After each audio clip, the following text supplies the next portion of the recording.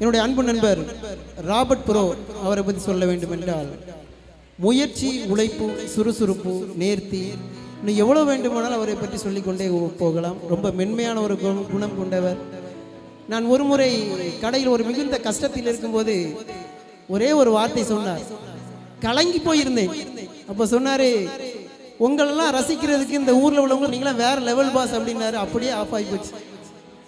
அப்படி ஒவ்வொரு கட்டத்துலையும் நிறைய நேரங்கள் அவர் சிம்பிளாக தான் சொல்லிட்டு போவார், அவர் வழிபோக்கு தான் சொல்லிட்டு போவார். ஆனால் அதில் அவ்வளவு ஆழம் இருக்கும். அது அன்னைக்கு கூட எனக்கு கூட உண்மையை சொல்லப்போனால் புன்னை நகரில் 2 வருஷத்துக்கு முன்னாடி அருமையான ஒரு நிகழ்ச்சி பண்ணியிருந்தேன். ரொம்ப பாராட்டினாங்க எல்லாரும். ஆனால் எல்லாருமே கேட்பாங்க, இந்த வருஷம் புன்னை நகரில் ப்ரோக்ராம் பண்ணுறீங்களான்ட்டு. தந்தா தானையா பண்ண முடியும் அப்படின்னு. அதாவது வாழ்க்கையில் நிரூபிக்கிறதுக்கு சந்தர்ப்பம் கொடுத்து நிரூபிச்சிருவோம். ஆனால் திரும்ப தர்றது அவங்கவுங்க கையில் தான் இருக்குது. ஆனால் நம்ம அதையும் தாண்டி முயற்சி மெய்வருத்த கூலி தரும் சொல்லுவாங்க இல்லையா? முயற்சி திருவினையாக்கும், முயற்சியின்மை இன்மை புகுத்து விடுங்கிற மாதிரி நம்மளோட முயற்சியில் போயிட்டே இருக்கோம்.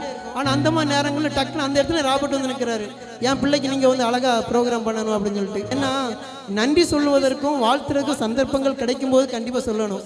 அதுக்கு என்னுடைய அன்பு ராபர்ட் ப்ரோ தம்பதிகளுக்கும் அன்பு பெரியவருக்கு என்னுடைய அன்பு வாழ்த்துக்களை கூறி